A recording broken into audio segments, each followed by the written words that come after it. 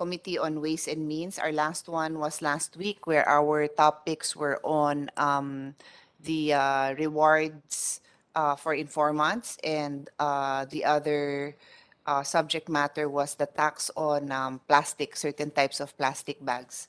And then today we will be taking up House Bill number 7425, which is a bill imposing value-added tax on digital transactions in the Philippines, and also Senate Resolution number 410 imposing and collecting taxes from multinational online streaming services. The objectives of the proposal is to level the playing field between traditional and digital businesses by clarifying the imposition of VAT on digital service providers. This measure will also generate revenues from new sources to fund the country's efforts to recover from COVID and other expenses, I assume, that we have. Digital transactions, as we know, soared during the pandemic. Lockdowns and quarantine restrictions push consumers and suppliers into the digital economy. So this is really something that we must look into. Let's put on record that e-commerce share of global retail trade grew from 14% in 2019 to about 70% in 2020. So this reflects the power of the powerful digital transformation in 2020. We call this hearing to have a better understanding of the issues. What are the concerns? What government agencies are pushing for this? What private sectors are also pushing for this? And at the same time, what are the benefits? What are the disadvantages? What is the impact, of course, on the businesses? What is the impact on the consumers? And what is the best way we can balance the continuing need of government for resources, equitable imposition of taxes, and as I said already, the impact on consumers. So let's acknowledge the presence of the resource persons. I will just call you as I will not name everyone here. I will just acknowledge you, obviously, when I call you to speak. May I ask the resource persons to comply with my rules, which are basically deliver your position paper in simple and without having to read the whole position paper to us. That is for us to read at a separate time. So kindly just highlight the important points, and then we will just ask questions if we have any questions. Since this is a very interesting topic, a bit technical, I would encourage the participation of the other resource persons. For so long as time will allow, if you have an intervention by way of the need to clarify, I don't mind. Kindly raise your hand and I will acknowledge you. Pag medyo naipit na tayo sa oras, then of course I would just have to focus on the delivery of the statements by each resource person. So don't forget to mute your mic when you're not when you are not the one speak, when you don't have the floor. And other than that, just raise your hand with the raise your hand function. Okay, so let's proceed. I will call on a few government agencies first. Yeah, I have a 3-page list of resource persons, so bear with me. Let's all try to understand this issue carefully. From the Department of Finance will be the first, followed by BIR, Department of Trade, and Bangko Sentral ng Pilipinas. So at least you can be ready. For the Department of Finance, I understand it's ASEC Dakila Napao who will make a statement, and Attorney Yuvimil Nina Asuncion will make a presentation. So I leave that to the two of you, and you may proceed. Yes, Madam Chair, good afternoon. As well as to the honorable members of the Committee of Ways and Means. Madam Chair, we respectfully thank you for the opportunity to provide inputs as well as support for this very timely and important tax measure covering VAT on digital transactions. So as mentioned, we prepared a brief presentation by our director, Nina Asuncion. We will just discuss the brief highlights as well as the important points of the proposed measure. I also understand that we have the BIR team supporting us, led by Assistant Commissioner Larry Barcelo, who will be providing some technical and statistical support in the hearing. So with this, Madam Chair, may we request that you allow us to share our slides and uh, present our slides to the committee and recognize Director Nina Asuncion for the presentation, Madam Chair. Thank you. Attorney Nina Asuncion, you're recognized. Please proceed. Um, I'd like to request the committee to share our slides, please.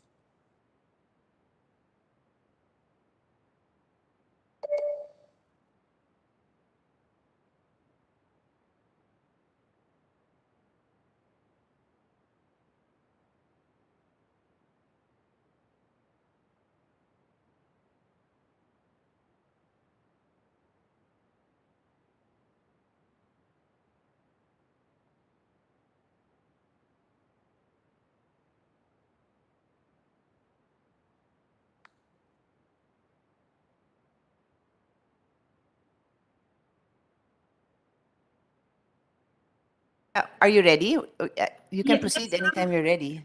I'm just waiting for the slides but to be flashed. Okay. Sige. Submitted it.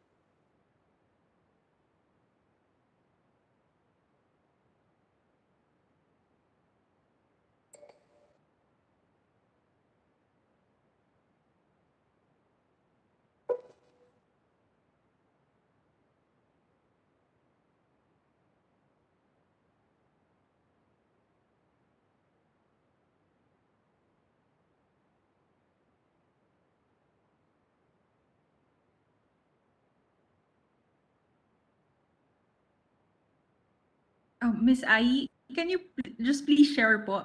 There is parang may hinihingi pa po kasi sa WebEx for me to present. Sorry.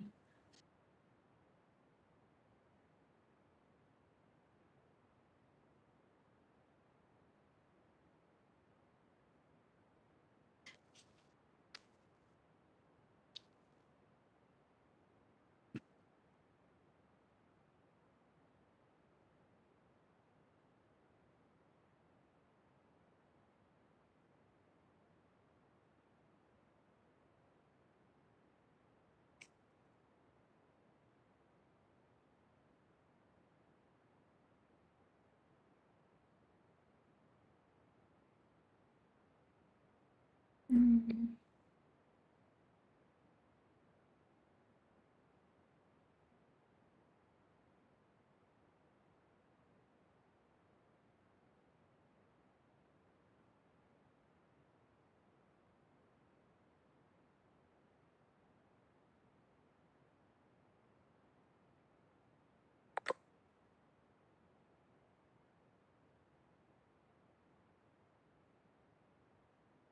There.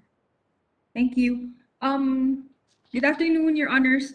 Um, Basically, the presentation is divided into two parts. First, I will discuss the digital transformation efforts of the Bureau of Internal Revenue that aim to ease tax compliance and make tax collection more efficient.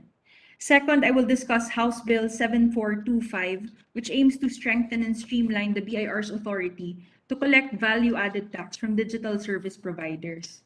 Next slide, please. According to the World Bank's digital report published in 2020, there were around 73 million internet users in the Philippines. So even before the pandemic, Filipinos spend an average of 4 hours a day using the internet. When the Philippines was placed under ECQ, the average number of hours Filipinos used the internet rose to 5.2 hours a day. So the increase was due to restrictions limiting mobility, which basically forced millions of Filipinos to stay at home. So in another report commissioned by Google related to the digital economy in the Philippines, Forecasted that the total e-commerce market in the Philippines for 2020 will total at around 1.09 billion US dollars. So an updated figure for 2021 shows that the Philippines internet economy is now worth over 12 billion US dollars. So the same report also noted that there were around 12 million new digital consumers during the pandemic until the first quarter of 2021. So the increase can be attributed to shifting shopping habits of consumers. So basically, Filipinos are now buying and selling under online platforms rather than visiting traditional brick and mortar stores. With the shift in consumer behavior towards e-commerce, this basically presented an opportunity for the government to also modernize and strengthen its administration and enforcement efforts on the digital economy to maximize the government's revenue potential. So, in line with this, next slide, please. The DOF and the BIR's efforts to strengthen tax enforcement measures in the digital economy cover both resident and non-resident taxpayers. So based on the DOF's directive, the BIR issued RMC number 60-2020, reminding resident taxpayers engaged in online businesses to register with the BIR and to comply with their obligations under our tax laws. The same circular also allows the BIR and the DOF to gather data to determine the current online taxpayer population and design revenue programs to capture all transactions done through online marketplace platforms. Once the population mapping of online marketplace sellers is created, it will be easier for the BIR to track and audit whether online sellers regularly comply with their tax obligations. The BIR also issued RMC 97-2021, clarifying the tax obligation of social media influencers, basically reminding them of their obligations under the law and of the possible consequences of their failure to pay taxes. So at this juncture, we would like to emphasize Just that to clarify, Attorney yes, Asuncion, yes, Your Honor. the obligation of social media influencers would basically be the same, like whether they deliver their marketing spiel online or not. That's the clarification. Or is there anything more to it? Basically, it's a reminder po that there is already a law covering their taxation and their compliance, and that they should yun po, basically comply with what is already stated in the law. Okay, noted. Anyway, that's not our subject. I just wanted to be wondering what that clarification is. Go ahead. Yes, po, Your Honor. So at this juncture, we emphasize that these circulars do not impose new taxes, but merely remind taxpayers engaged in business, whether it is online or through traditional means, to comply with their tax obligations under the law. As for non-residents, we have the House of Representatives to thank for passing House Bill 7425, which clarifies the local and cross-border digital service providers are subject to value-added tax. So we wish to emphasize that this proposed measure, again, does not impose new taxes, but merely strengthens and streamlines the BIR's authority to collect VAT on digital transactions by providing measures on how digital service providers can comply with their VAT obligations in the Philippines. Next slide, please. So the salient features, no? In 2020, okay, so to give a background, in 2020, Representatives Salceda and Garin authored separate bills on the taxation of the digital economy. So the House of Representatives solicited our comments on these two proposed measures. Luckily po, during that time, we were already discussing with our multilateral partners how we could effectively implement a value-added tax on electronic cross-border transactions. So the Revenue Operations Group held several meetings with representatives of foreign digital service providers such as Netflix and Google to know more about their business model and their company's experience on how other ASEAN countries implement VAT on their services. So these insights and experiences were also shared with our legislators at the House of Representatives. So with this, we were able to come out to work with Congress to come up with House Bill 7425, which is actually very consistent with the VAT guidelines by the OECD. So it was agreed that the Philippines initially focus on imposing indirect taxes on digital transactions, applying the destination principle as a key feature of VAT transactions. A simplified online registration for foreign DSPs for VAT purposes, which is similar to the registration procedures in other jurisdictions, was incorporated in the present bill. So the registration of non-resident DSPs with the BIR under the simplified automated registration system will be for VAT purposes only. Their registration under the system will not be for intents and purposes considered as having established tax residence in the Philippines. So while generally the bill covers both foreign and domestic DSPs, it is mainly focused on the VAT liability regime of non-resident DSPs. Under this regime, DSPs are liable for assessing, collecting, and remitting the VAT on the transactions that go through their platform. So basically, the key policy objective of this regime is to reduce the costs and risks for tax authorities of administering, policing, and collecting VAT on the ever-increasing volume of online sales by drawing on the relatively limited number of platforms that facilitate large shares of online sales and that are capable of Can you just complying. repeat that part that you said? Reducing the risk. Can you repeat that part? Yun po, the regime po is targeted at reducing the cost po and risk of tax authorities of administering, policing, and collecting VAT. Basically, passing this on to the digital service providers who are more capable po of complying with the VAT obligations in respect of these large volume of sales po, Senator. So So this that's why you're tying that into your discussions with the private sector, and your need to rely on them for collection of that. So you don't have to go to each one. Yes, Your Honor. Opo. Okay. This is basically also the same po as what is being done po in other jurisdictions. So, on the other hand, resident TSPs are mostly local online sellers with their presence in the Philippines. So the VAT due and payable, if applicable, and after claiming input VAT, may be remitted directly by these online sellers to the taxing authority. Further, for ease of tax administration, non-resident TSPs cannot claim input VAT under the House Bill.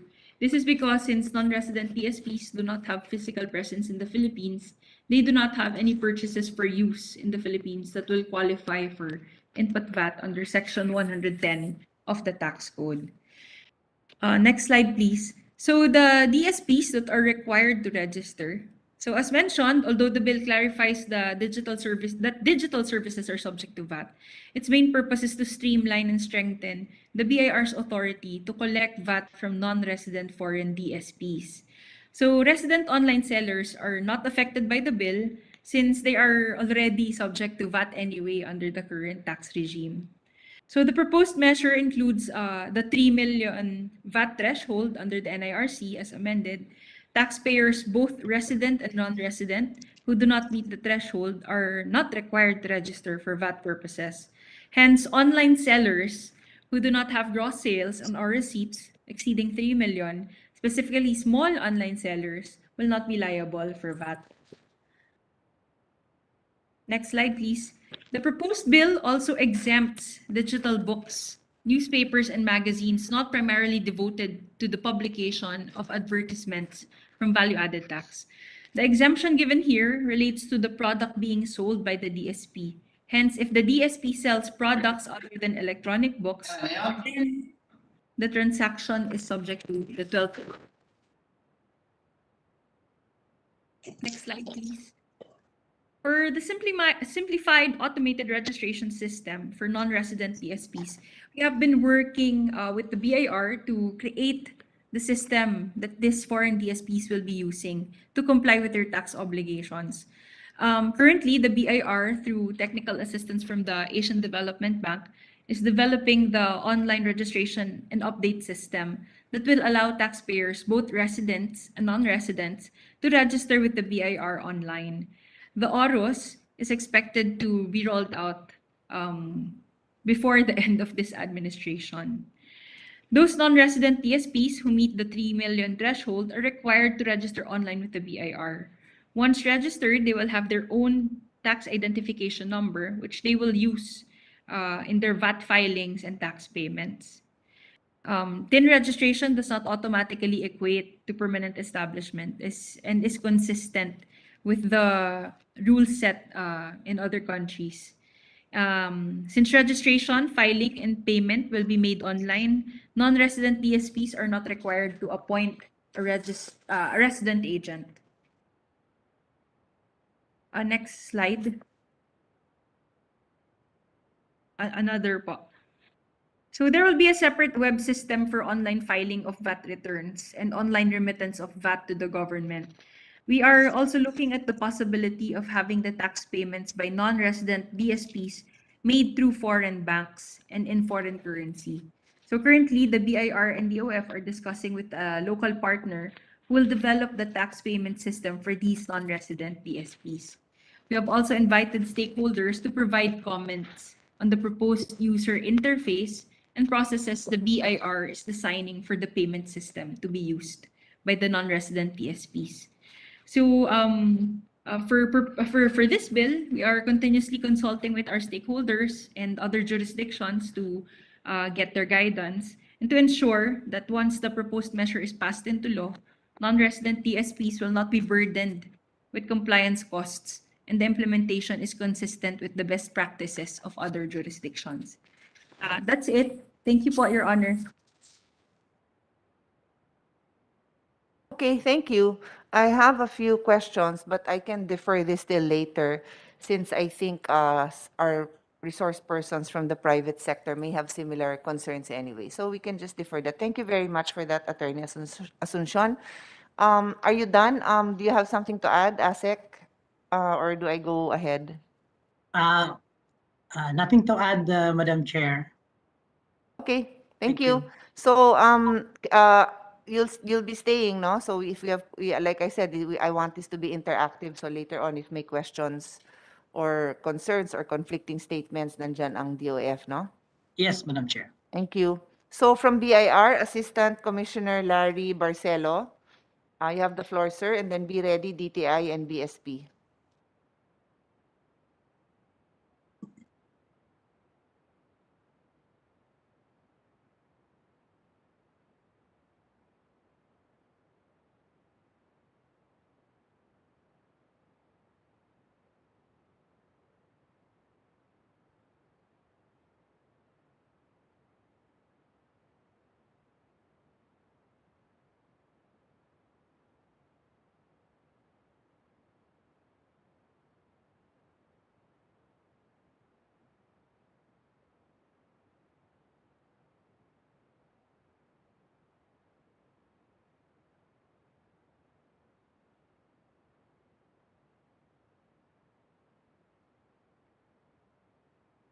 We are ready when you are. I cannot hear you.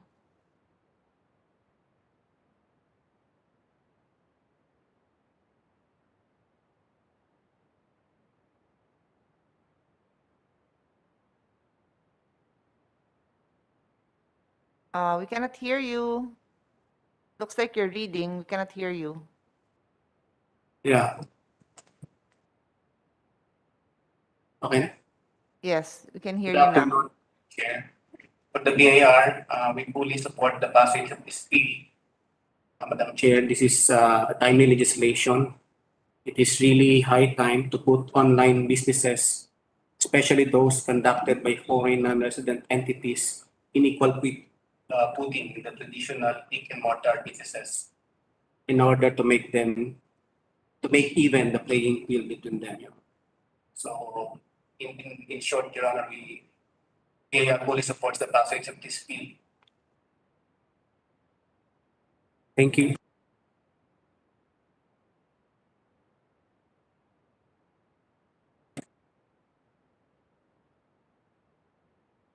Please proceed.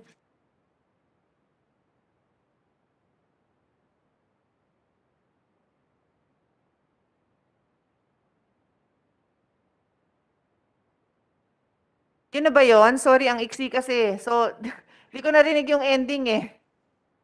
Supportive kayo. Okay, that's it. Narinig ko yung intro nyo na level playing field and then nag-end ka na pala dun sa we support. Okay, sige. Just stay online so if there are questions for your agency. Thank you. Let me go to DTI, Assistant Director Marie Sherilyn Akia. Bureau of International Trade Relations.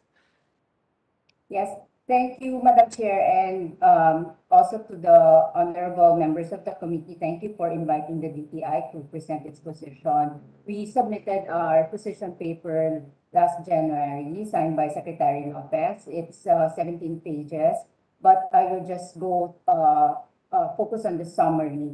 Essentially, the department supports the efforts to define revenue measures for digitally facilitated goods and services.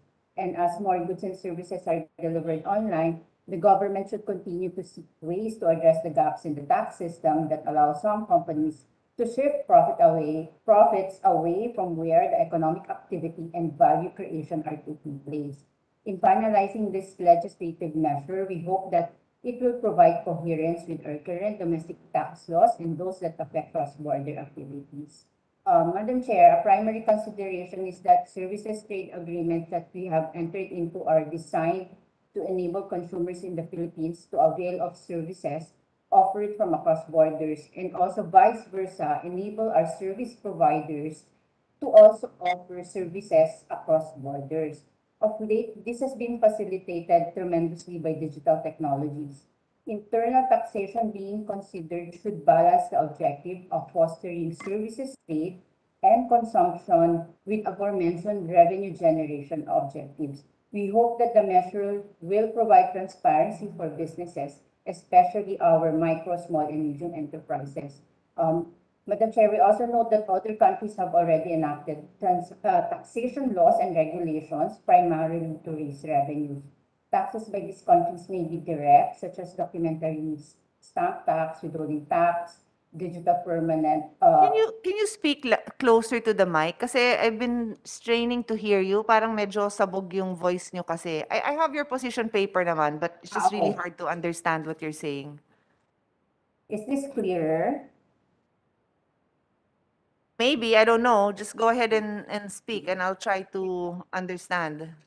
Okay, so our position is at least the taxation laws and this one that's being proposed is not inconsistent with the WTO moratorium on customs duties on e-transmissions, which has been in place for all WTO members since 1988. All the examples I cited are internal taxes which are the moratorium. Finally, the DTI wish to reiterate our support for the primary objective of the legislative measure to generate new sources of revenue to supplement government resources and help fund the government's efforts in addressing and recovering from the adverse effects of COVID-19, among others. We also support the bill on the principle of improving taxation based on where the business is derived from. And we defer to the DOF and the BIR on the scope and coverage and appropriate framework and mechanism to be adopted for digital economy taxation, taking into consideration our specific comments and recommendations. Thank you, Madam Chair. Anyway, I have a copy of your position paper, but we really had difficulty understanding you. I was asking my staff as well. Medyo sabog and then at the same time, nagdi-delay pa yung video with your voice. So just be ready later on because there may be some questions. So yeah, I will just have to rely on the position paper. So let me call now on BSP Attorney Bridget Rose Messina Romero, Deputy Director for the Payment System Oversight Department. You have the floor, Yes, Attorney thank you. Romero. And then please be ready, DICT. Yes, thank you, Chair. So we already the Bangko Sentral ng Pilipinas also submitted our position paper, and thank you for giving us the opportunity to provide a brief overview of our position on the subject bill. So the Bangko Sentral ng Pilipinas supports the intent of the proposed measure as it recognizes the importance of having a fair, efficient, modern, and progressive tax system that keeps in pace with the growing complexity of financial products and services. And we also recognize that this measure distributes the burden of taxation equitably between the brick and mortar as well as the purely digital based type of businesses and taxpayers. And we see this practice also among our ASEAN peers as it is necessary to update our domestic VAT measures to evolve with the rapidly transforming digital Philippine economy. So, as the BSP is cognizant of the merits of the proposed bill, we see it also as helping in the overall promotion of public sector debt sustainability and to facilitate the collection of taxes as well as generation of revenues to fund our economic recovery efforts. However, we note that in our promotion of digital finance under the BSP's Digital Payments Transformation Roadmap for the period 20 to 2023, one of our strategic objectives is to convert 50% of the total retail payment volume into digital form by the end of the year 2023. And another objective is to onboard at least 70% of Filipino adults into the formal financial system through the opening of transaction accounts that can then be used to access financial services.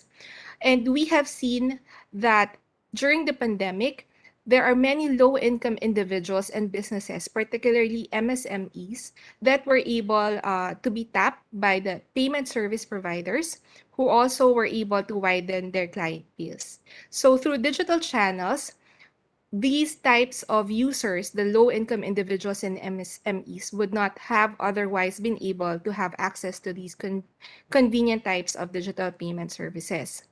Being an essential tool for Filipinos to adapt under the new economy arrangements and also ease the cost of doing businesses, we see that it has been essential in our day-to-day conduct of financial transactions. The additional tax burden at this time may pose some challenges and barriers to the swift recovery of these smaller enterprises, and including also the gig workers who may rely on these digital channels in order to continue their means of livelihood. So, because we know that the additional tax burden may result in a lower income for them. And taking into account the foregoing, the BSP proposes certain recommendations for the consideration of the committee. And I highlight two particular recommendations that we submitted in our position paper. The first of which is to propose to exempt small value digital transactions, which can be pegged at around 500 pesos from the imposition of VAT. And this 500 pesos is actually based on the minimum wage, the range of minimum wage that's currently imposed in the country. So we note that in this type of transaction, in this type of proposal, this is consistent with the intent of the train to exempt from personal income tax the individuals whose annual taxable compensation income does not exceed a certain threshold, for example. So by accepting small digital transactions from VAT, the minimum wage income earners shall not bear the burden of the new tax measure. It shall instead reduce the potential adverse impact of this new tax on the poor and marginalized sectors that shift to digital services during this digital transformation of the Philippine economy. So with this recommendation, we hope that the policy measure would be able to balance and contribute to mitigating the social, economic, and digital divide among Filipino households. And the next recommendation that you would like to highlight Before is you a go to the proposal. next, before you go to the next, Yes. this is interesting, no? I want to pursue this proposal of BSP. So you mentioned that the proposal is to exempt from VAT on sales if the sale is less than 500 pesos, no? Yes. So in a way, it's a reverse discrimination because exempt ba pag sa brick and mortar? Hindi, di ba? Tama? No. So it's a Hindi po. reverse discrimination, meaning it's an you will now then get it 12% cheaper if you buy online. And I don't Yes. I'm not making a judgment. I'm just asking if that is the net effect, if tama ang intindi ko. Yes, yes, Chair. It has also the incentive of, it also works as an incentive to use Okay. digital channels. So that means we are encouraging digital purchases Yes. over brick and mortar store purchases. Sige, Or we'll the, get the yes. comment of DTI later. But go ahead, sige. Go ahead. Okay. For the second recommendation that we would like to highlight is the proposal to exempt from VAT the service fees charged by payment service providers for the use of digital payments. And the reason for this is the indispensable role of digital payments to sustain economic activities and the livelihood of citizens. And also, we note that even the government uses the digital payment channels in order to disburse social aid and other financial assistance. So we suggest considering the exemption because this will also again avoid passing on the additional tax burden to end users and small businesses that rely on the convenience and efficiency of digital payment services so that they can mobilize their resources and sustain their economic activities. So the fees, we've noted, and we particularly recommend this because we have noted that the fees associated with the use of digital payments have been a concern among citizens and merchants in adopting digital payments. So imposition of VAT on the service fees charged by our payment service providers for the use of digital payment service may contribute to hampering the concerted national efforts that we're also doing so we can encourage the use of digital payment services among all users, may they be individuals, businesses, and even among government institutions. And just to conclude, we suggest that we also examine the different challenges in the Philippine digital economy, as well as explore the experiences of other countries in the taxation of digital transactions.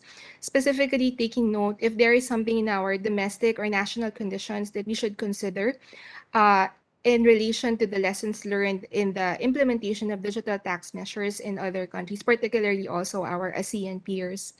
We note that the proposed taxation measures on digital services should take into account, for example, the definition and scope of a particular digital economy and should take into consideration the emergence of, for example, new types of business models, as this will help us understand and determine the proper or the appropriate prospective tax base and therefore enable us to draw up tax measures that will generate revenues while still also not compromising the benefits of digitalization. So that is all for the Bangko Sentral ng Pilipinas. Thank you. Thank you. That was very interesting. May I now call on the ICT? I I think it is Ms. Steffi Ann Imbang, Legislative Liaison Specialist, who will take the floor. You have the floor. Then after, please be ready. Lazada, Shopee, Amazon. Thank you. Good afternoon, Madam Chair. Good afternoon. Go ahead. Madam Chair, I apologize po. I'm Steffi Ann from the ICT LLD po. Along with Sir Chris, we're here to represent and relay the discussion for today. However, we have also invited the Policy Division and Finance Division as well as the Government Digital Transformation Bureau. And we're waiting if they'd be able to join as well. Ha, in any case po, we will relay the discussion and if we may be allowed to submit a position paper instead. You're always allowed to submit a position paper. So for now, you have no position. You're just observing. Yes, ma'am. Okay. If you have questions or if your other colleagues have questions, you're free to raise your hand and let us know. Okay? Thank you, ma'am. Thank you. All right. So let's call on Lazada. Dr. Ray Alimurong, the chairman of Lazada, and then please be ready, Shopee, Amazon, and then Converge. So apparently it's Attorney Norman Roland Ocana for Government Affairs representing Lazada.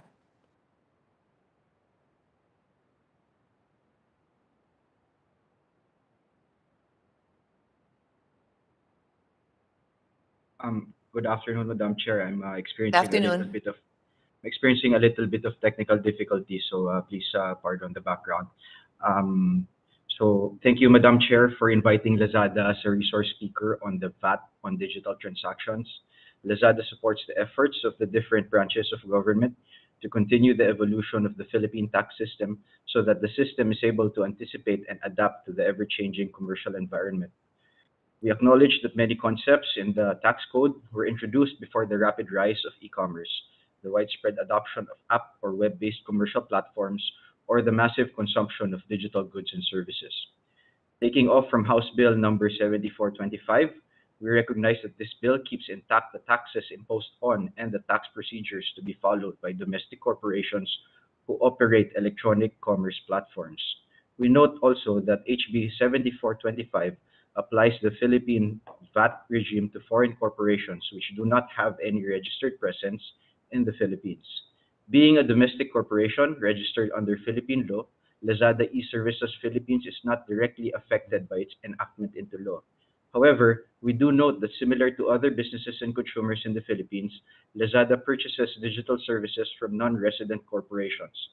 Thus, any VAT collection requirement imposed on non-resident service providers may ultimately be passed on to their buyers of goods and services from the Philippines and may lead to higher prices and increase in cost of doing business. We have also submitted to this committee and to the Honorable Chairperson our position paper on House Bill 7425, where we expounded further on the possible impact of such a bill, particularly on the implementation of the new Section 105-A. Again, thank you very much for this opportunity, Madam Chair.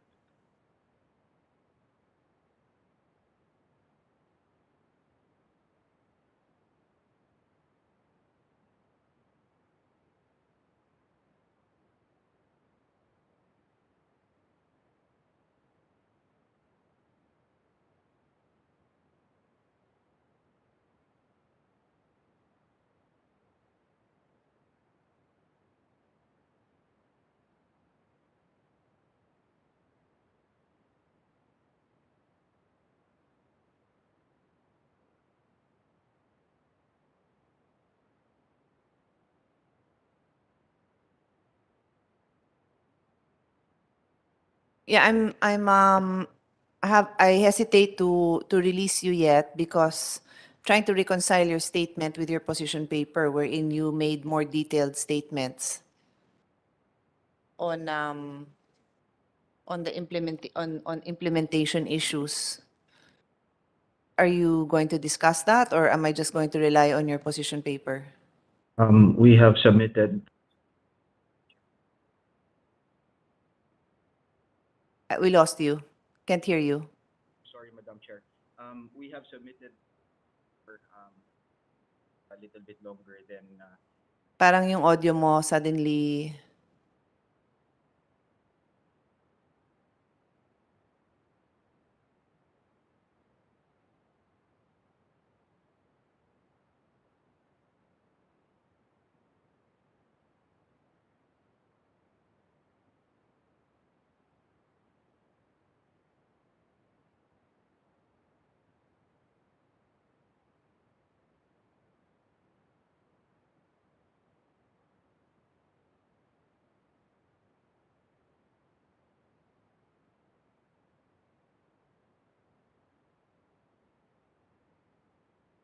Are you trying to fix your audio? Yes, What's going Madam on? Chair. Yes, Madam Okay, Chair. can hear you. Okay. Thank you, Madam Chair.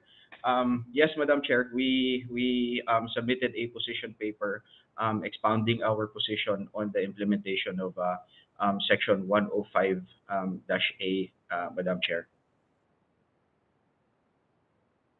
Yeah, why don't you state it as well? So, Um, kasi not this is also meant for other experts. We did not invite everyone in the Philippines who has concerns on this, and some belatedly would be interested. So go ahead. I want to give you more time to discuss this issue, so that even later on we benefit when you bring it up during the hearing, and then we have other resource persons, or later on others who will belatedly view the hearing through YouTube, will send us comments. So go ahead and just mention the concerns. Yes, thank you for your indulgence, Madam Chair. So, the new Section 105-A makes a non-resident digital service provider liable for assessing, collecting, and remitting value-added tax on the transactions that go through its platform. The committee may want to reconsider this requirement, as it potentially deprives online sellers using a non-resident's platform from utilizing the input VAT. The requirement under the new Section 105-A is not just for the digital service provider to assess, collect, and remit the VAT arising from its own sale of goods and services, but also the VAT on all transactions that go through its platforms. This means that the digital service provider shall also assess, collect, and remit the VAT of users of its platform, i.e., the VAT charged by the online sellers.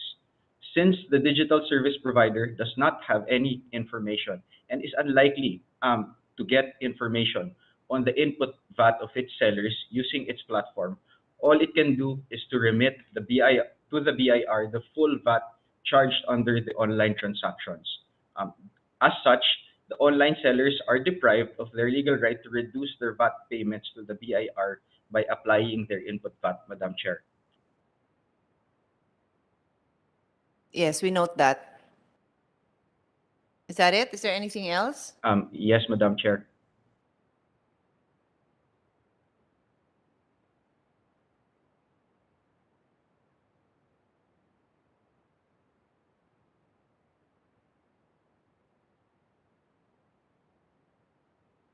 Ang dami kasi ng comment nyo sa sa position paper. So I'm trying to look at it and see if I need you to discuss other things anyway.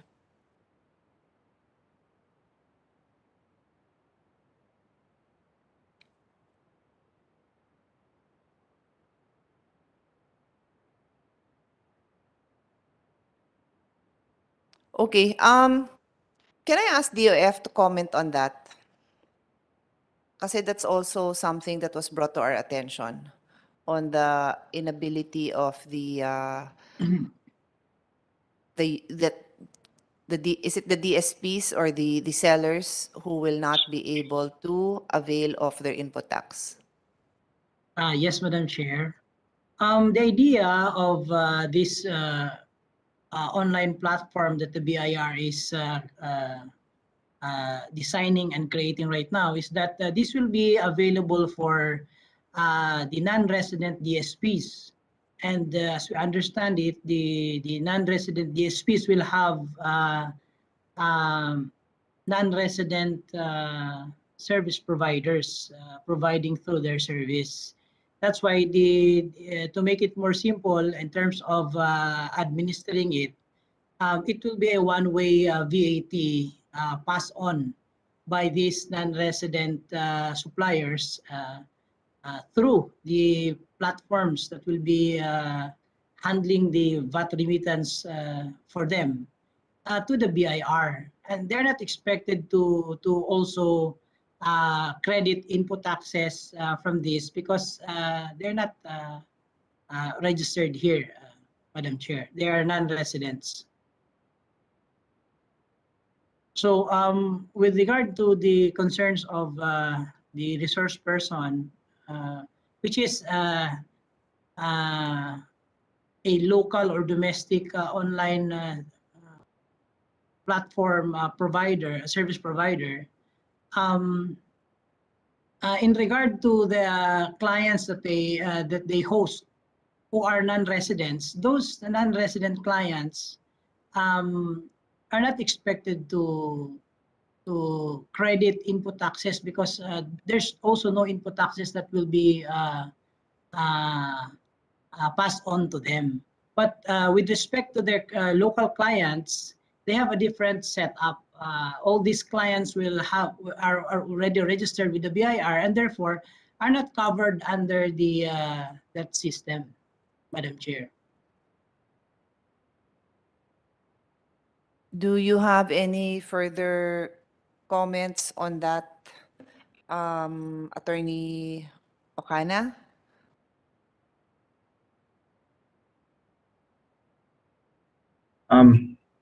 Madam Chair,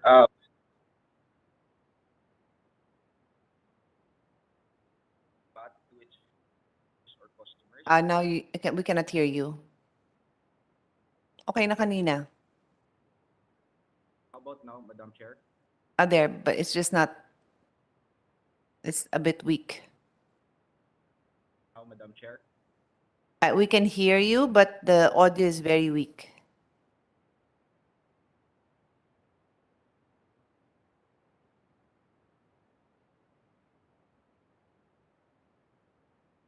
Madam Chair, hello. Okay. Madam Chair, no comments maybe as of now, but we will take into account what Assistant Secretary Napao mentioned, and we will discuss internally, Madam Chair. Okay. Thank you. Can we now call on Shopee Attorney? I'm not sure if your name is Jamie. Did I pronounce it right? Jamie Hans Segovia, Public Affairs, and then Be Ready Amazon, and then Converge, and then Asia Internet Coalition. Thank you, Madam Chair. The pronunciation of my name is correct. Thank you very much. So, Madam Chair, thank you very much. We would like to thank the Honorable Committee for inviting us to participate in this discussion. So please allow me to read a statement to formally introduce our company and talk about the House bill. So Shopee is an online platform that gives buyers and sellers the space to conduct transactions online. It plays a matching role in the transactions between sellers, many of whom are MSMEs who are given an avenue to expand their reach across the country, and buyers who are given access to a myriad of products from the comforts of their own homes. So Shopee is locally incorporated and pays local corporate income taxes. Shopee is also VAT registered and charges VAT on its revenue stream where applicable. So we are happy to participate in the discussions regarding VAT on digital transactions. In fact, Shopee supported and participated as a resource person in the hearings and technical working group discussions on House Bill number 7425. So we don't have our position paper yet, but we will submit to this honorable committee our position paper where we will provide in detail our comments and proposed revisions to the bill, Your Honor. So that is all, Madam Chair. Thank you very much. Thank you. Thank you for that.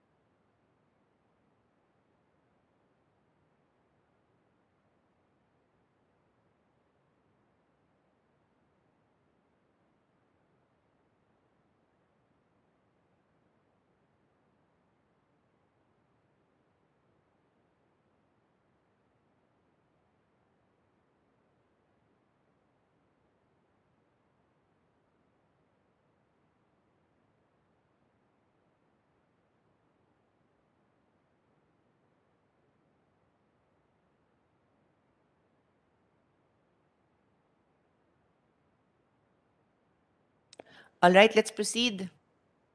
Amazon Philippines and Asia Cloud Computing Association. Mr. Benson Ko from the Secretariat. Apparently, Mr. Benson Ko is representing two organizations. Good afternoon, Madam Chair and distinguished members of the committee. Can I just check that you can hear me? Yes, I can hear you. Thank you. And just to clarify, I am speaking on behalf of the Asia Cloud Computing Association, and we also co-signed a position paper with the Asia Internet Coalition because we have the same views on this issue. To give a very brief introduction, the Asia Cloud Computing Association seeks to accelerate cloud adoption in the Asia Pacific region. So in general, we are supportive of this ongoing assessment by the Senate Ways and Means Committee of House Bill 7425, and we would like to take this opportunity to provide our inputs to help shape an enabling policy environment around digital taxation in the Philippines. Broadly, we recommend alignment with international best practice, particularly those put forth by the IMF and the OECD for extraterritorial VAT compliance. In particular, we would highlight the VAT Digital Toolkit for Asia Pacific as a good resource reference to take note of. And now I'll briefly highlight some specific recommendations in our position paper. So for Section 8 on registration requirements, we propose the consideration of inclusion for group registration to reduce the red tape and increase bureaucratic efficiency. For Section 2, what we note and agree on, for Section 2 on the definition of digital services, we note and agree that the payment processing services are considered digital services, but we just want to highlight some concerns that for the implementation details that come up later, it would be good to clarify, provide guidance on how on the procedure so that there isn't a mistake where both the payment processor and the digital service provider might end up taxing the same transaction twice. So our third recommendation, we propose that the committee consider applying extraterritorial VAT to B2C supplies only. For B2B services are critical to Philippines' digital transformation as companies seek to digitalize their operations and transform digitally. So imposing a tax on B2B will hinder that, will impede that process. Number 4, noting on payments to government agencies, we note that payments to government agencies are subject to 5% withholding tax, and we also note that non-resident digital service providers cannot claim input VAT. So we would like to seek clarification on how sales to government customers by non-residential digital service providers might be treated. And lastly, in terms of providing a grace period for this transition, we propose that 9 to 12 months be provided after the promulgation of the detailed technical rules or the implementation rules and regulations so that the companies have the time to ensure compliance readiness. That is it from me, please. Thank you.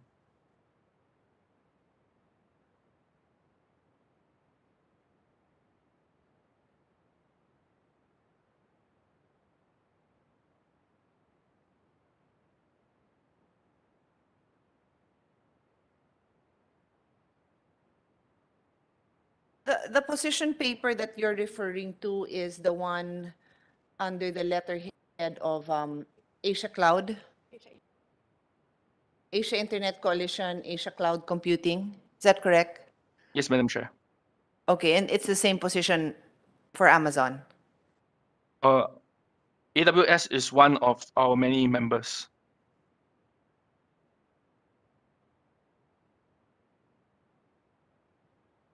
Which is the umbrella organization, the Asia Internet Coalition? No, so there are two completely separate organizations, but we do have some overlap in membership, and we had discussed this position. We had discussed the House bill together and found that we have a convergence of views. Therefore, we signed the letter. We signed our position paper together. Okay, you just signed it together. All right. Okay. Yes. So no, but I mean, I'm just trying to understand that it says you are representing Amazon. So where does Amazon come in here? Madam Chair, I'm not sure where that came from. To So clarify, you're not representing Amazon. no, but Okay. the Amazon Web Services is a member of the Asia Cloud Computing Association, but they are one of Which many one members. is a member of the Asia Cloud Computing? What is a member? Amazon Web Services. Amazon Web Services is a member of Asia Cloud Computing. Okay, but the position paper is from Asia Internet Coalition and the Asia Cloud Computing Association. Yes, that is correct. Okay? All right, thank you.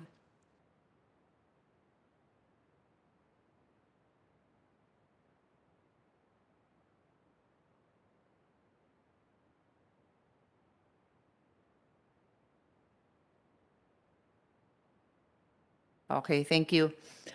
We now call on Converge Brainstorm Technology. Mr.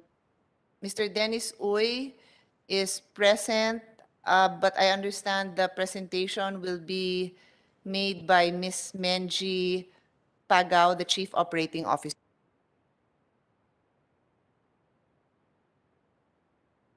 Good afternoon, ma'am. It's actually Mr. Menji. Thank you.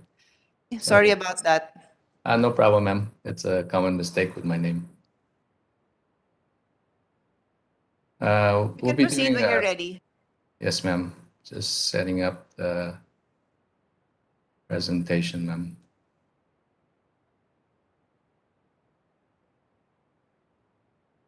Now, can you see the presentation? Yes, we can see it. Okay. We're a solution provider in conjunction with Converge ICT with Dennis's group.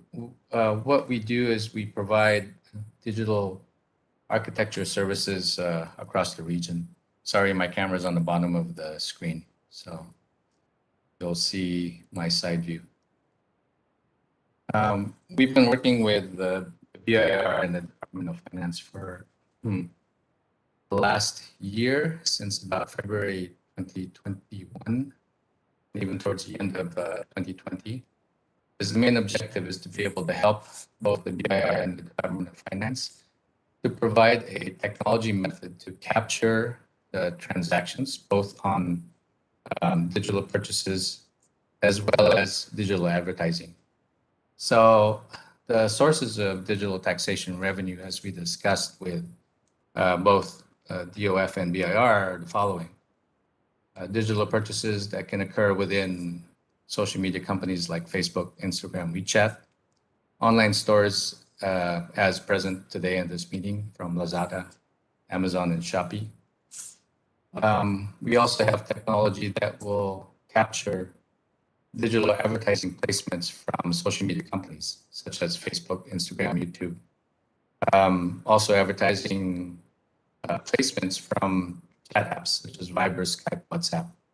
So the technology and solution that we have been discussing with the BIR looks like this. This is the ecosystem. Our technology partner will be placed inside of all of the service providers where all of our IP traffic goes through, namely the LDT Smart, Globe, T2Tel, where all the traffic, digital traffic will go through. What we then do is we capture the traffic and then we identify what's digital ad placement and what type of transactions are occurring from all of the DSPs as well as the social media companies. Once we capture that information and identify who the content providers and online stores are from those transactions, we can then work a reconciliation with those same companies and figure out what the value-added tax obligation will be to the BIR. We can capture the information both domestically and internationally, as long as the traffic is going through all the internet service providers. These are the key partners we've been working with from the left. Department of Finance, BIR, the ICT, because the platform sees all the traffic. We've been working with DSWD for anti-child pornography blocking, so we can identify traffic and be able to block that traffic. With Converge as a technology partner, we will be creating a clearinghouse to be able to then capture all the data, clear the data, and reconcile the data with all the DSPs.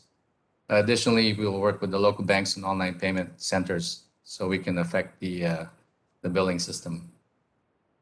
The key activities, Senator Pia, your law will be key because in every country that we're dealing with this with, the initial activity that will drive everything is law. So once that is done, we can then take a look at the solution of how we can capture and then how we can reconcile. The value proposition of the solution definitely is to generate revenue from digital ad placements and online purchases. What we will need to secure tax payment is to register DSPs, telcos, and ISPs to then work with us on the solution. We will also be able to monitor in real time all digital ad placements and online purchases from all content providers. Ma'am, any questions so far? Go ahead. Okay. Our main key performance result would then be to identify total revenue capture and then what value-added tax we can induce on the total revenue capture. And that's the revenue that then comes back into BIR. Tax enforcement for non-compliant entities. Technically, we're able to do that as well. If the entities are non-compliant, we can continue to let the applications work, but we can block the ability of the transaction.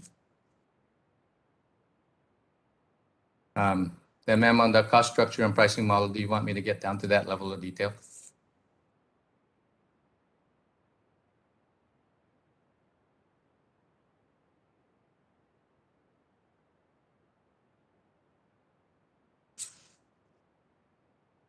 This is the operational model. All the DSPs, social media providers, has bilateral communication transaction. They all go through our telcos, internet service providers here in the Philippines.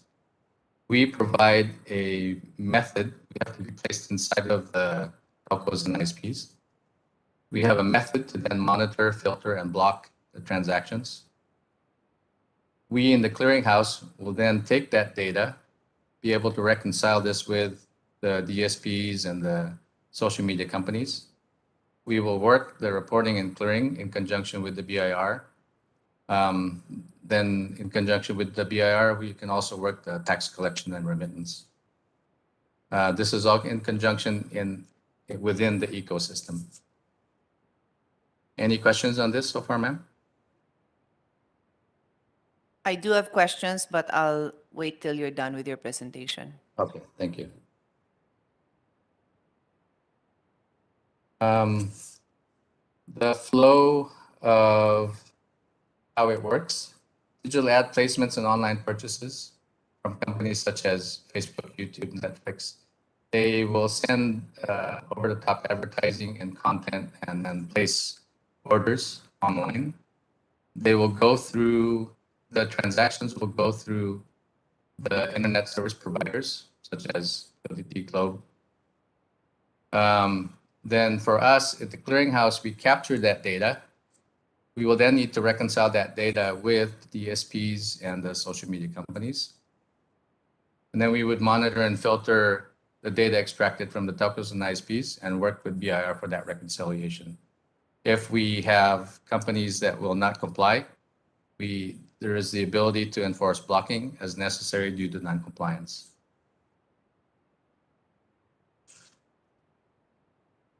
How it works on business registration, as mentioned before by Bangko Sentral ng Philippines, by Ms. Romero.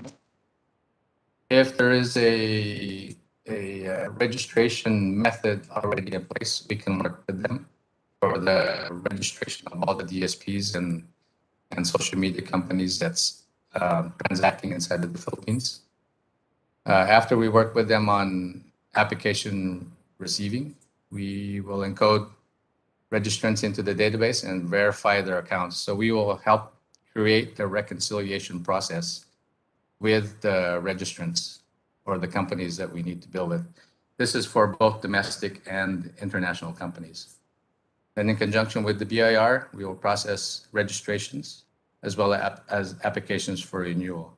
We're expecting annual renewals on these process. Then we issue a certificate of registration for the registrants. Bill generation and invoicing. This is a discussion that we've been having with the BIR. Once we secure the extracted data, we will reconcile the data with the DSPs and the social media companies. DSPs for online transactions, social media companies for the digital advertising placements that they do. We generate client invoices from the system, and in conjunction with the BIR, we send them to the respective companies. We also will be preparing financial reports in conjunction with this, both to the BIR Department of Finance as well as to the clients. We will work with Department of Finance and BIR to receive invoices, validations, and disputes if needed within an allotted time, because it takes us about 30 days after we capture data to be able to then reconcile the data to create an invoice. Then we can issue the invoice in conjunction with BIR. If there's no dispute within the time frame, then the invoice will be deemed accepted, and then we will chase for payment. With the BIR, we will review the clearinghouse reports and compliance to the laws, and we'll be attending or creating major settlement reconciliations and dispute resolution. If there's non-compliance, we in conjunction with the BIR can issue the warnings and penalties for non-compliance. Payment collection, this is work in process, ma'am, so I won't go deeper into detail because we have to work with the BIR on this. So this is the proposed solution. We have the technology solution to be able to capture the traffic and the data and be able to reconcile the data to then have visibility on that obligation of both DSPs and social media companies. There's additional value with the solution. We've been working with DSWD as well as the ICT.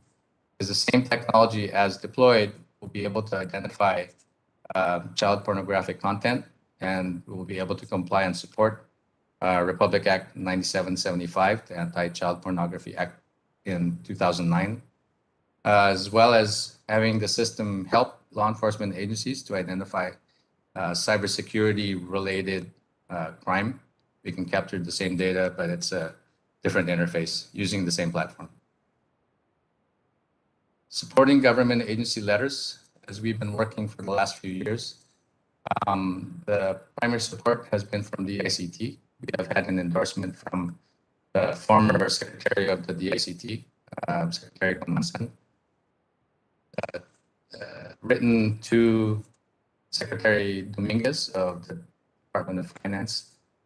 The DICT had reviewed our technology position and capabilities and recommended the platform to Secretary Dominguez. Additional support for the revenue memo from BIR to then understand social media platforms and the bloggers. We will be able to support these requirements, ma'am, with the same platform. Any questions, ma'am? That's the end of my presentation. Thank you. Well, my first question is, can you do this for PhilHealth? Yes, ma'am. Seriously? PhilHealth as far as what, ma'am? I mean, that's a very detailed presentation you made, and obviously it's just an outline. But DOF is present, and I'm sure they know the frustration we've had with PhilHealth, the entire PhilHealth system, from their billing to their collections and all that. So I'm very interested in knowing if this is, if you can include, if your services can be tweaked to address PhilHealth's problem. And ASEC Dakila is here, and I'm wondering if since you've had discussions with them, is this something that is even a possibility? Because I have yet to encounter a solution to our problem that is called PhilHealth. Yes, ma'am. We can explore and scope it because once our solution is inside, our technology is in line with the traffic. We pretty much can see the traffic that we need to identify. And if we need to incorporate this with the billing system with PhilHealth, yes, we can provide that solution. ASEC Napao, can you talk to Secretary Dominguez and ask if you can have preliminary discussions on this? he and I have had discussions, and we're both very frustrated with and we know that the solution to PhilHealth's problem partly is improvement in their IT. So Yes, can you relay the message to Secretary? yes, Madam Chair, we'll mention to him.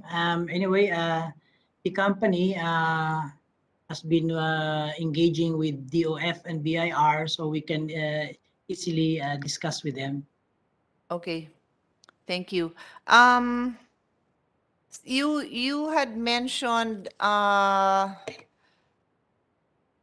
Menji about some I mean you made reference to other countries. So are Yes, you ma'am. actually providing similar services to other countries? Yes, ma'am, particularly Indonesia. And then we've been tracking what's been happening in the EU. The steps of all of this starts with law, as you have been creating.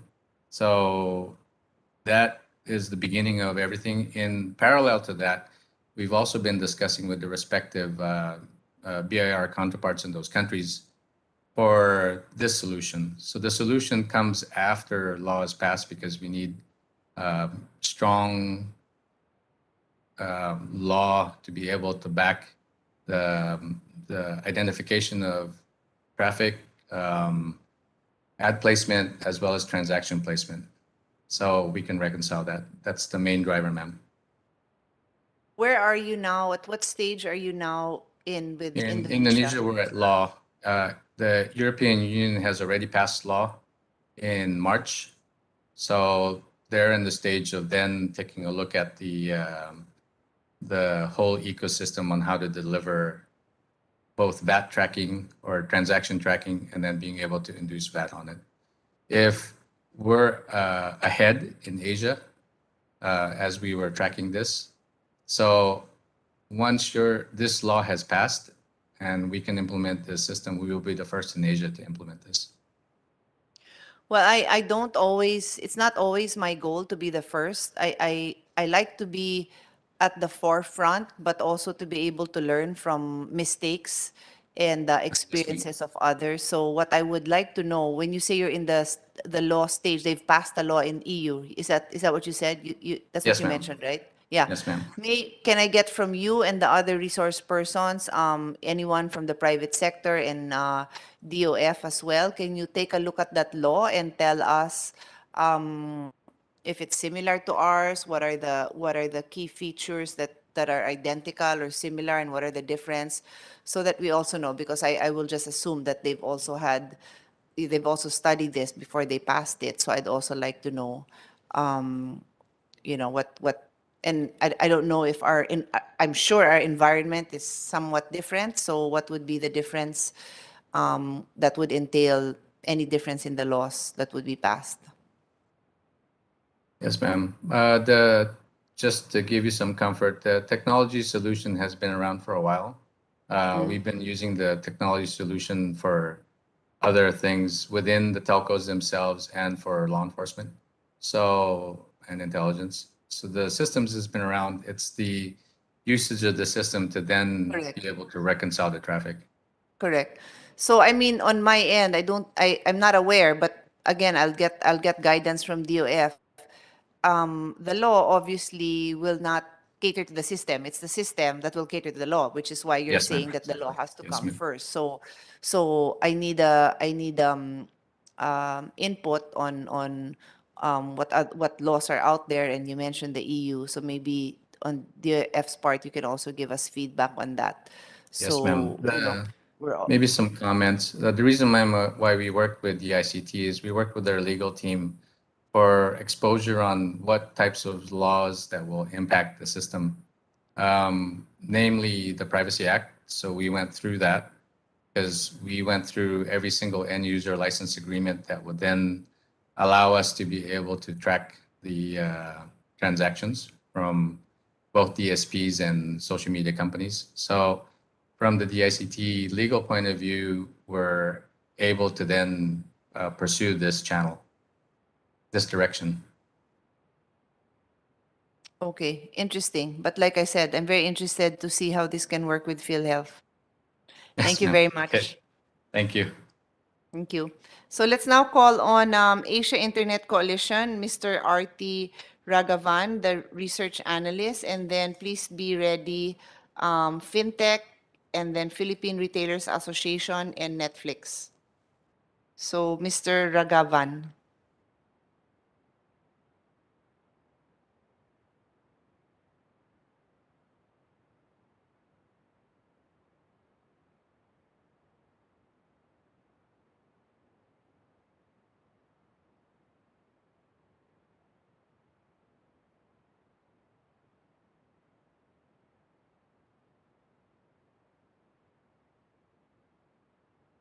If Mr. RT is he ready? If not, I'll go to someone else.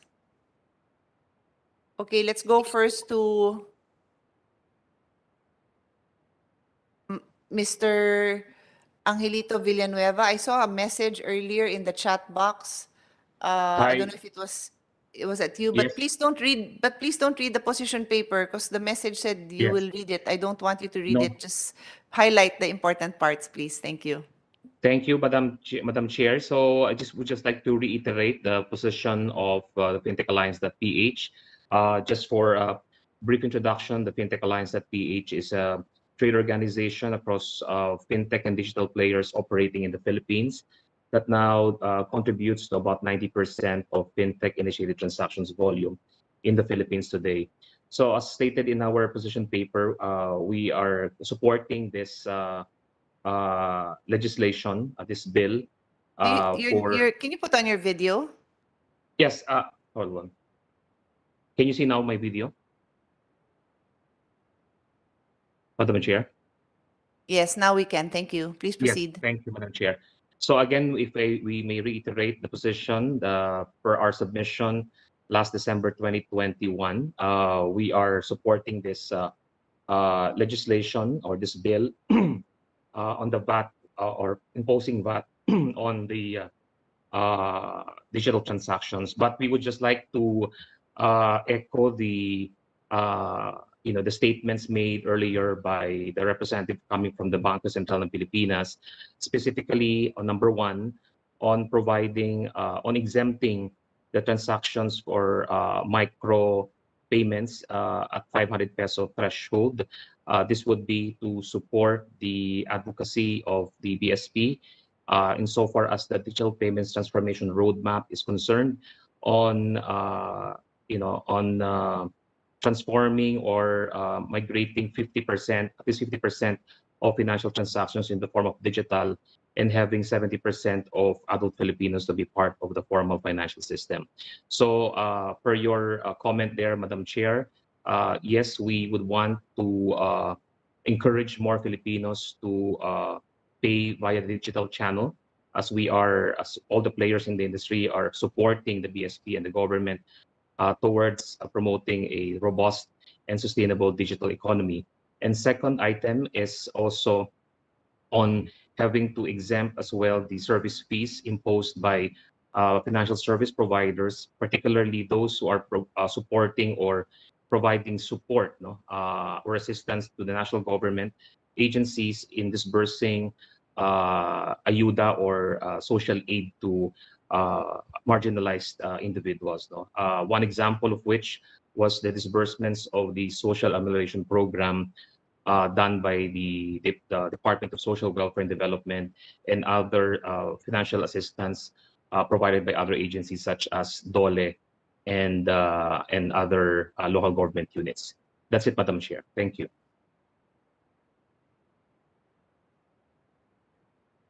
Okay, thank you for that.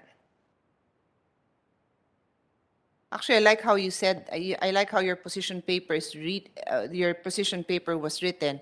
The bill seeks to resolve the inability of the Philippine government to impose or collect taxes on offshore services rendered and on electronic goods. Because when a cursory reading even of the title, it says imposition.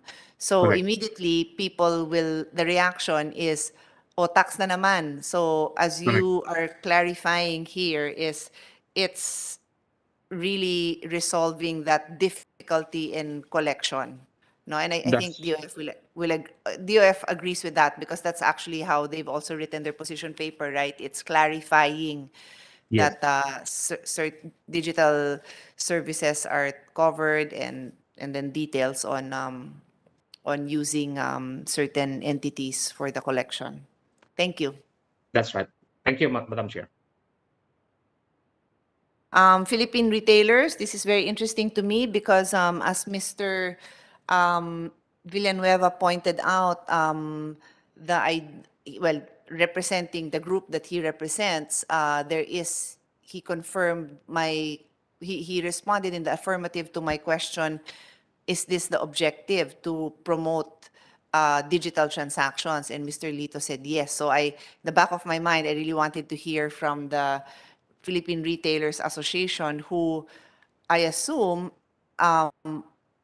represents mostly brick and mortar store, but I don't know if this has changed since the time that I was following the movements of PRA, because I did own a retail chain of stores before I became a senator. So I would like to know who are the mix of your members now. So let me now call on Attorney Paul Santos, the chairperson of PRA.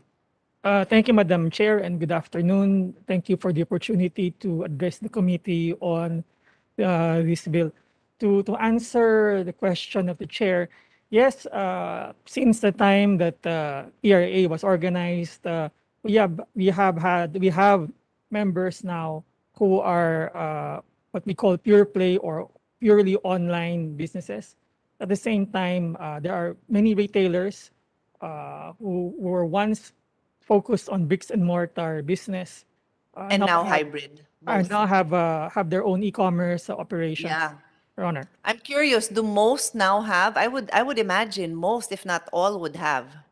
Yes, Maybe not some, all, but a yes, lot. I'm curious, do you have some, the percentage? How many actually have online presence now of your former current members? we haven't made that survey, Your Honor, but according to the anecdotal evidence we receive, a majority of our members are engaged in one form of e-commerce or another, either coursing their business through shopping platforms like Shopee, Lazada, or Or their own? their own platforms, or have coursed their e-commerce efforts through social commerce like through Viber or Instagram. Well, Or I would WhatsApp. love to get a little bit more details if that's easily available to you at some point. I'm just really curious on how they've grown because yun nga, to verify the statement that the move is towards digital, and for us to make a decision if there is a need to incentivize it, no, by way of making the 500 cap not applicable to those, the VAT not applicable to those smaller purchases. If you can get that at some point, it would be very interesting for us. Right now, Your Honor, to my knowledge, it's information that we have not gathered, but as Yeah, soon as, you said nga, like it's just anecdotal. So if you get it at some point, it would be helpful for us. yes, Your Honor, as soon as that information is available, we will make it available to the committee.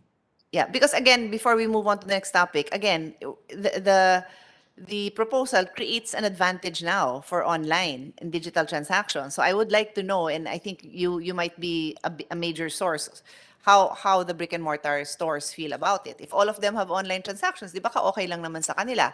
Offhand, I'm assuming it is a more sustainable practice because you don't have to keep putting up stores and so on and so forth. And for the information of those who are new to my hearings, I also happen to be the chairperson of the Senate Committee on Sustainable Development Goals, Innovation and Futures Thinking. So I'm also looking at this from a sustainable point of view. If that is good for us by way of sustainability, less waste, less use of resources that cannot be recycled and so on and so forth, why not?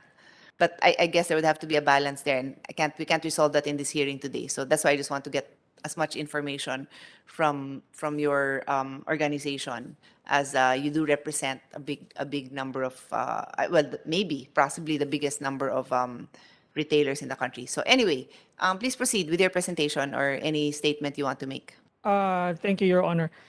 Yes, we support the efforts of the Congress to modernize the collection of taxes the old National Internal Revenue Code of 1997 and the amendments that were enacted thereafter reflected an era where businesses conducted face-to-face.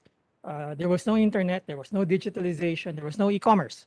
So we appreciate the efforts of the Congress and of the urging of businesses that we represent to modernize the tax code in order to reflect the new realities of the age, and especially of the changes brought about by the COVID-19 pandemic.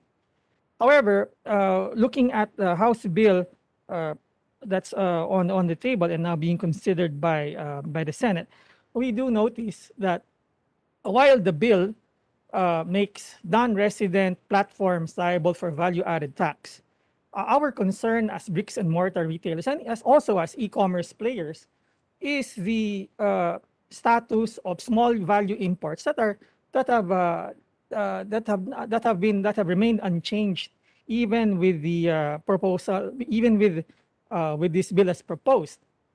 As pointed out earlier by the DOF and the BIR, resident digital service platforms that deal in physical goods as well as digital goods are subject to value-added tax. However, what the bill does not resolve is the status of small value imports. For example, in the case in this particular bill, while it says that non-resident platforms are subject to the collection of a value-added tax, it still does not answer the earlier legislation, especially the Customs Modernization and Tariff Act, where the minimis value of 10,000 pesos is applied to imports brought in from abroad and sold direct either by a foreign merchant direct to a Philippine customer or through a domestic or foreign shopping platform. So this is the imbalance that retailers like ourselves seek for Congress to resolve, the unfairness that a resident Philippine business engaged in retailing or even in e-commerce such as ourselves, who import goods on our own account, need to pay both tariffs and customs as well as the advanced value-added tax. Whereas if the same goods were sold by the manufacturer direct from a foreign location, sold through a shopping platform, doesn't matter whether it's foreign or domestic, because of our de minimis rules, these goods, these imports, are not subject to both value-added tax and customs duties. Again, to the detriment of the government's effort to collect taxes, especially to fund its recovery efforts to help combat the ill effects of the COVID-19 pandemic. We feel that this bill, looking at the bill now, the bill does not address this issue for us, which is domestic businesses that legitimately import goods from abroad are subject to both the customs duties and the value-added tax. Whereas these small value imports that are coursed through these platforms or sold direct by the manufacturers themselves are exempt. So, Your Honor, that is basically the crux of our observations, and we wish that Congress address these issues when we believe that when the Customs Modernization and Tariff Act was enacted into law in 2016, the e-commerce has yet to become the force that it is today. And we believe that when the CMTA was enacted into law, and especially regarding the de minimis rule, I think what was envisioned by that provision are those imports brought in by returning residents, tourists that are not whose imports or whose small value imports are not worth the time of the Customs Bureau to inspect. But given the huge volume of business generated by e-commerce, especially these last 2 to 3 years, we believe that government is missing out on a revenue opportunity here, and especially during a time when it needs the funds to help the country recover. So with that, Your Honor, uh, I would also like to say that we have yet to submit our position paper to the committee. We would like to request the chair for a reasonable amount of time to submit it and for us to expound on these issues further. Thank you.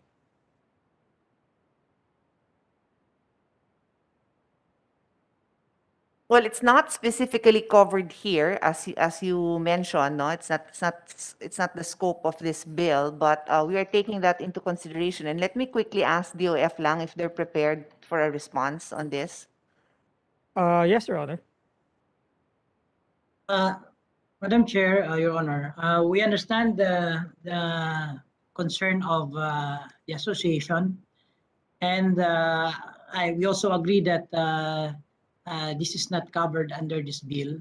And perhaps I'm not just so certain about whether these small importations are being processed by a consolidator upon importation, such that if it goes through with a consolidator, then it already becomes a bulk importation that will be subjected already to the duties and taxes. But perhaps we can revisit this also, Madam Chair, considering the concern of a possible leak on the collection of duties and taxes on those de minimis importations.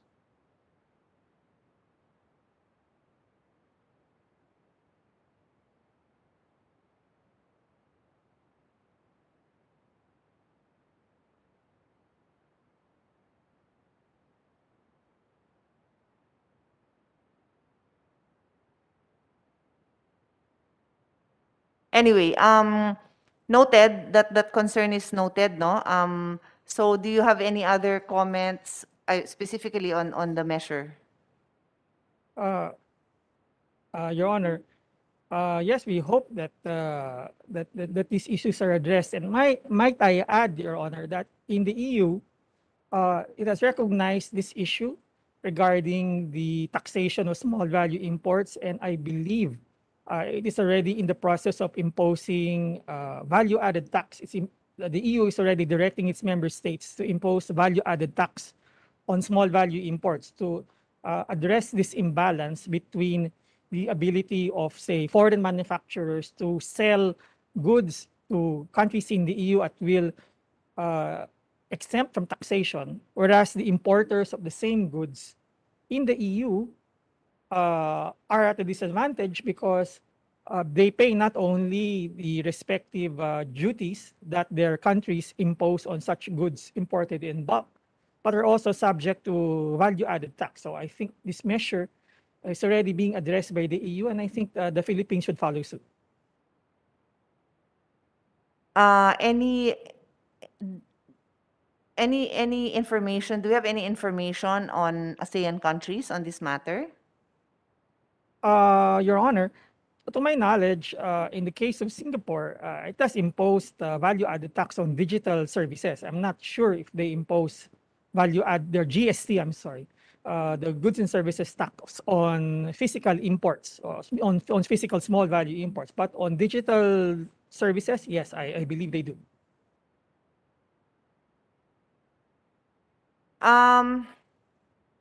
It may not be apples for apples, but I'm just curious. So if the BSP proposal to exempt from VAT 500 peso purchases, if that were increased to 10,000 to purchases from local retailers, would that counter the current 10,000 cap from directly from imported from manufacturers or retailers abroad? I'm just curious. Would that make the retailers happy? Your Honor, for one, I believe the DOF and the BR will probably object to such a widespread exemption. But Most likely, but I'm just curious. I'm trying to understand how big of an issue it is for you, for your members. Well, our issue would probably be if that exemption is granted. I think what would happen here is that there will be a paperwork burden imposed on retailers who would want to avail of this privilege. And off the top of my head, while it is a boon, it might be a boon to our business. Our compliance rules that may be imposed by the government regarding the redemption of this exemption might outweigh the benefit of uh, of availing of this privilege from the government. Perhaps in this case, uh, instead of exempting certain categories of purchases based on value, perhaps a more even-handed application of the value add tax is more appropriate. Noted. Any other further comments? Your discussion centered on the issue that you brought up on the difference in the effect of the 10,000 threshold on the imports. But do you want to have anything to say about this bill? Madam Chair, if we can have a rejoinder on the issue, particularly on micropayments. Yeah, okay, go ahead. Yeah, I think it will create problems to monitor the 500 threshold. But rather, we are sticking to the proposed threshold of 3 million on an annual basis for the suppliers of digital services to be exempted from the VAT, rather than Yes. on a per transaction basis of 500 pesos, as it may further erode the payments of the right VAT on digital transaction, because as we know, there are services that are being offered by big DSPs, digital service provider, that are also within that threshold. So instead of on a per transaction basis, we support the what is written in the bill, which is a threshold of 3 million, similar to the codal threshold for VAT exemption, Madam Chair. Thank you very much. Yes. Noted on that. Okay. So let's go back. PRA, anything else?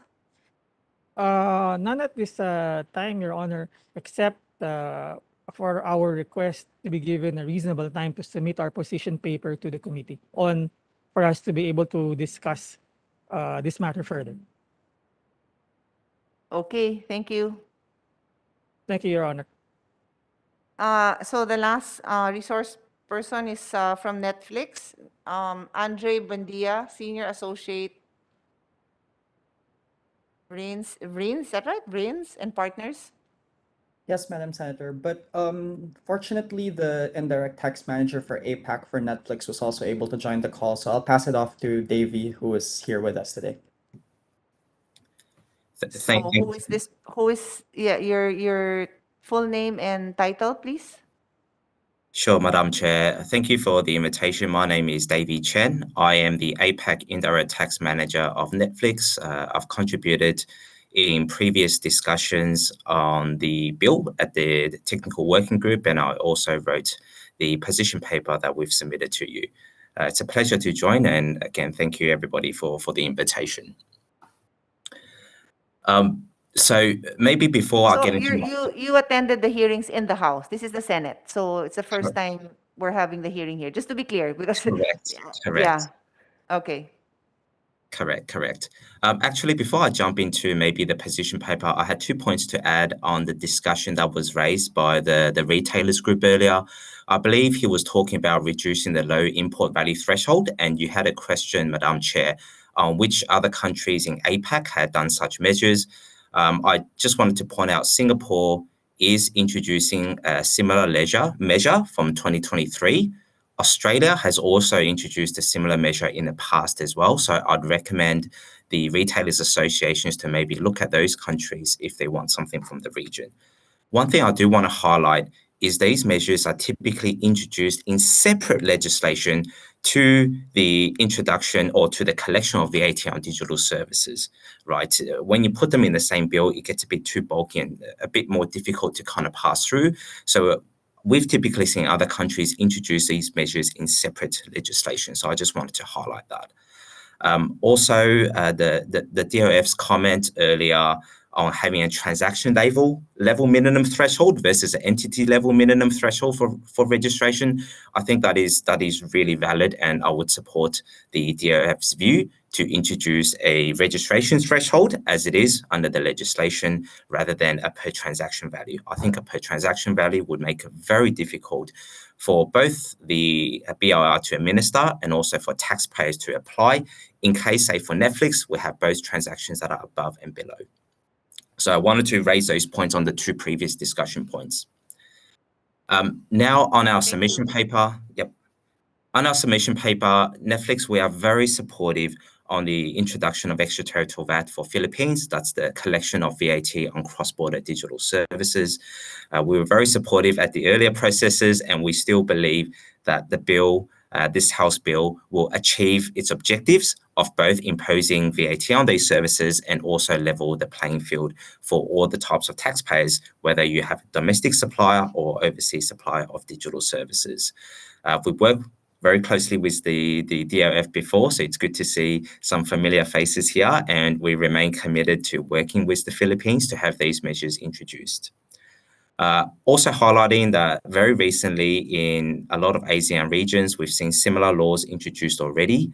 So Thailand, Cambodia are the most recent. We've also seen Malaysia, Indonesia and Singapore introduced them in the past as well. So the precedent is set, and I think the bill as it stands is actually very close to the OECD model rules. So it's a very good piece of legislation. One of the queries or clarifications I did raise in our submission paper, I was rereading it recently, and I was thinking there might need to be a bit more clarification on what happens when an overseas supplier makes a supply through an intermediary. So I'll give the example. If you're a Netflix subscriber, you might subscribe to the Netflix service via Apple iTunes Store or Google Play Store, right? If you look at the House bill, both Netflix and iTunes or Google Play Store will be captured under the definition of a digital service provider, a DSP. We'd like some clarification, and that could come later on in a circular or guidance, or it could go in the legislation that clarifies in this situation who is the entity that is responsible for remitting and collecting that, so that we avoid confusion and avoid instances of double taxation. Other than that, I think the bill gives a good time frame. I think it gives a 6-month window for the measures to be properly introduced and implemented by the BIR. We are supportive of that. We've worked with the DOF and BIR before, and our main consideration is hopefully that's enough time for the BIR to introduce all of its online mechanisms for both for compliance and receiving payments from foreign suppliers. Thank you very much.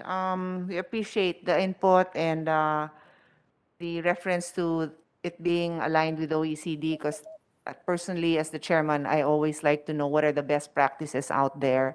And it has been mentioned, OECD. So when you gave that input, that we appreciate that. That means less work for the committee to do, as it's fairly aligned. So this is the first hearing.